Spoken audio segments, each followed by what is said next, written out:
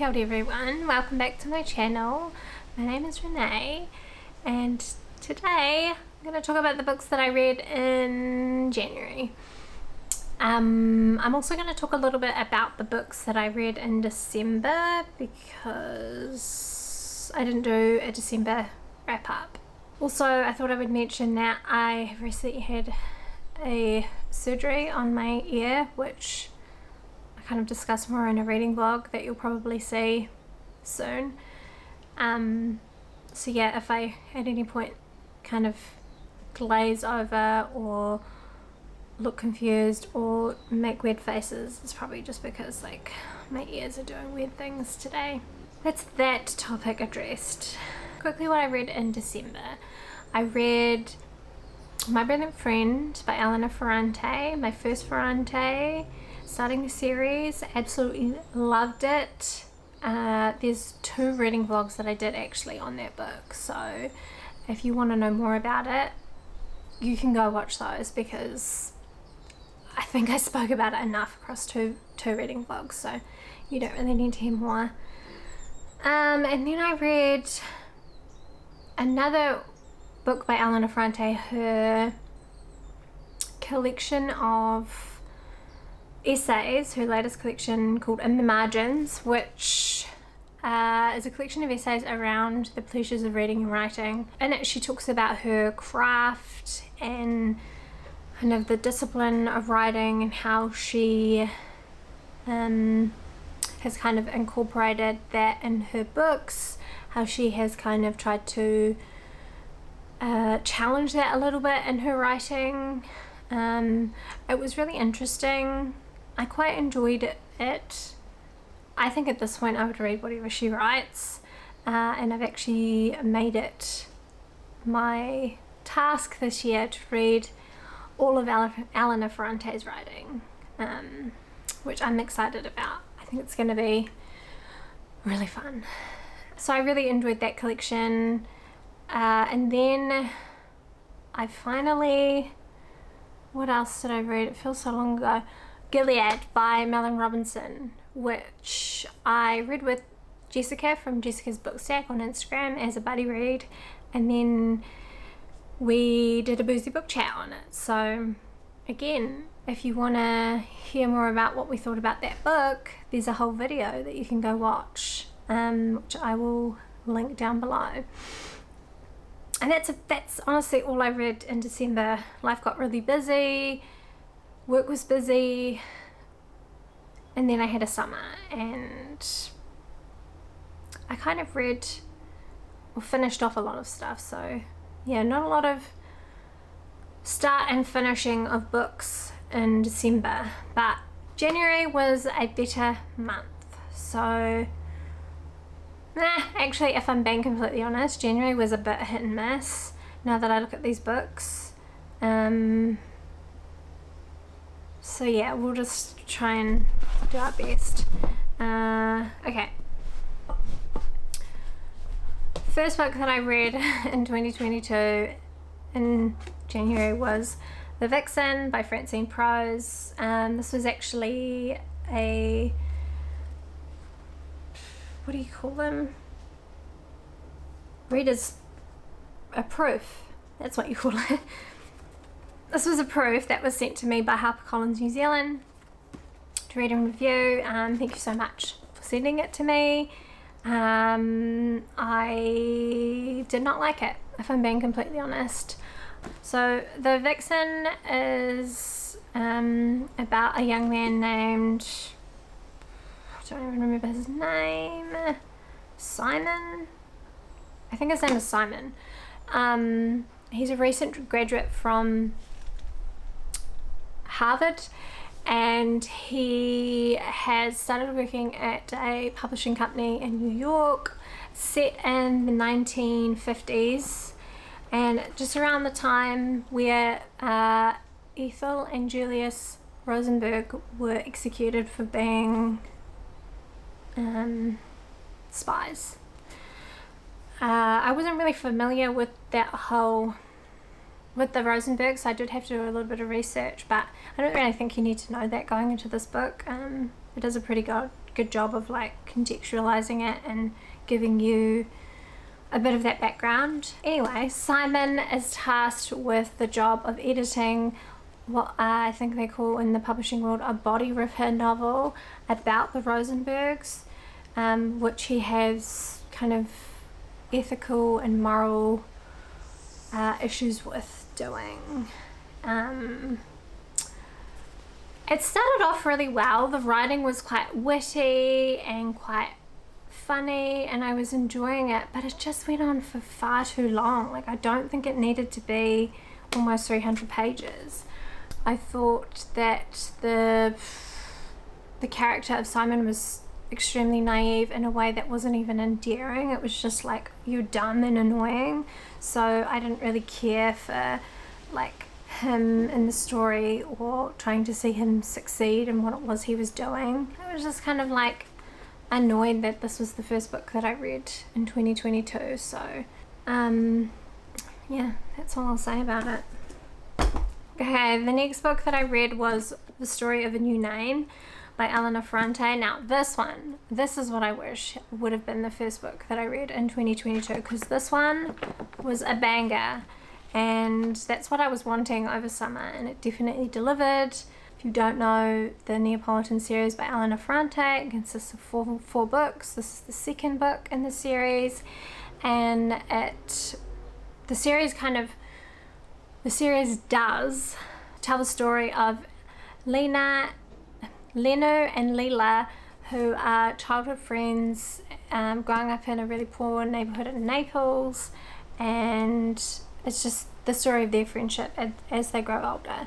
The stakes were risen in this one, and I am super invested, even more so than I was finishing My Brilliant Friend. Yeah, I just love this series, and I'm so invested in these characters. What My Brilliant Friend felt like it was doing was laying a foundation for these characters, their relationships, and this one really kind of went into those relationships a lot more.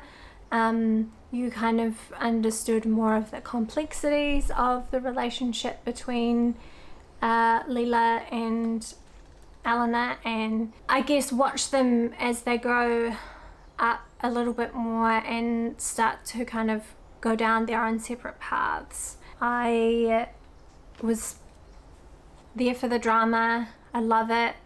I loved the gossipy nature of the writing. I think Elena Ferrante just has a way of writing about inner feelings and inner thoughts in just such a precise but kind of cutting way that isn't over the top. It's just very measured style of writing, which I love, because when you've got a book that's this big, I don't think having something that's just like constantly always going for the jugular, I don't know if I'd be able to last. But definitely kind of having her pare things back a bit more and give it to you in a way that's not so gut punching is great, but it still punches you in the gut, if you know what I mean. So yeah, absolutely love that. Next I read The Shame by Makenna Goodman. This is told from the perspective of a character named Alma. She is reflecting on her life, and I guess vignettes as she is traveling somewhere in a car, and we're kind of being slowly revealed as to like how she's got herself in the situation that she is. You kind of get the feeling that she's like fleeing her life. She is a wife and a mother who with her family lives on like a lifestyle block, I guess, in Vermont, rural Vermont. The times in her life that she's reflecting on are like her questioning motherhood and what it means to be an artist and a wife. Very reminiscent for me of Sheila Hedi's motherhood, but in a much more kind of real life setting where motherhood was quite reflective, and there wasn't a lot of like actual story to cling to with moments in that book. This one definitely feels like it has more of a plot to kind of follow along with. You could kind of timeline everything. It explores themes of like performance and the roles that we play, specifically in motherhood and I guess academia and being an artist and a woman as well, which I found really interesting. She becomes very obsessed with this other woman that she finds online and slowly starts to build this kind of persona around her of who she thinks she is. So there's definitely ideas of like what we present or who we present online versus who we are in reality. I really enjoyed this book actually, and I got this from the library, but I think I will probably buy it because I'd like to own a copy of this. Yeah, that was the third book that I read. Next, I read Filthy Animals by Brandon Taylor. This is a collection of short stories. Some of them are interconnected. They have same characters or a central character who is repeated in a few stories, and you get a bit more of his full story, which I quite liked. The stories are about young, a lot of the characters queer, black people living in like Midwestern America. I felt like this is probably a really important collection for a lot of people, but for me it didn't quite do it. I really liked the theme or the idea of how closely in intimate relationships, how closely positioned tender acts can be to acts of violence. There was this real kind of sinister feeling throughout the book that these characters are always on edge. They're always waiting for kind of the other shoe to drop and a situation to turn ugly because of their kind of past experiences or trauma that they have with the way that their families have brought them up. I really liked that aspect of it, but I just felt like there were some parts of it that really took me out of it, and it didn't quite always kind of connect for me in that way, but it did enough for me to want to read Brandon Taylor's novel, which I know a lot of people have not enjoyed. A lot of people really love it, but I know that there have been people who really didn't love it. So yeah, I definitely want to give Real Life a go and see how I feel. I really wanted to love this, but just wasn't for me. I also was gifted this copy by Elena and Unwin New Zealand to review, so thank you to them for sending me that. Much appreciated. Next, I read The Punt Canada by Penelope Mortimer.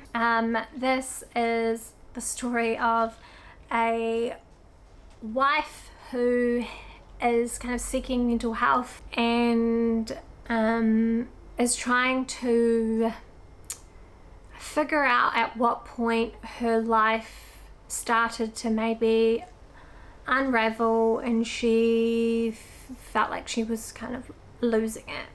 It's told in flashbacks throughout her life, and it's a very kind of dreamy way of telling each kind of flashback. You don't quite know with some of them whether they're real life or whether her state of mind is completely like reliable, whether she's a reliable person to be recounting this, but told in a very kind of quite immediate and humorous way in some parts. Like the writing is very direct. There's some really, really beautiful funny, smart, clever observational lines from the narrator in this story that I really enjoyed. I will say I am getting a bit bored of like this perspective from this kind of story from a white perspective. Like I would love to read more about in fiction mental health, but from an Indigenous perspective, or just people of colour in general. So if anyone has any recommendations for anything that looks at it from an Indigenous perspective, or just not a white Western lens, that would be really awesome. And the last book that I read for January was How Decent Folk Behave by Maxine, Beneba, Clarke. This is a collection of poetry that is a reflection on what is going on, or what went on in 2020, kind of like a social commentary on that year, and I guess years after that as well. Kind of quite a heavy subject matter. You have Australian bushfires, obviously, like the pandemic, Black Lives Matter movement, like that kicking off. There's mentions of like Australian politics, American politics. There's even a mention of the Christchurch mosque attacks that happened here in New Zealand in, I think, 2019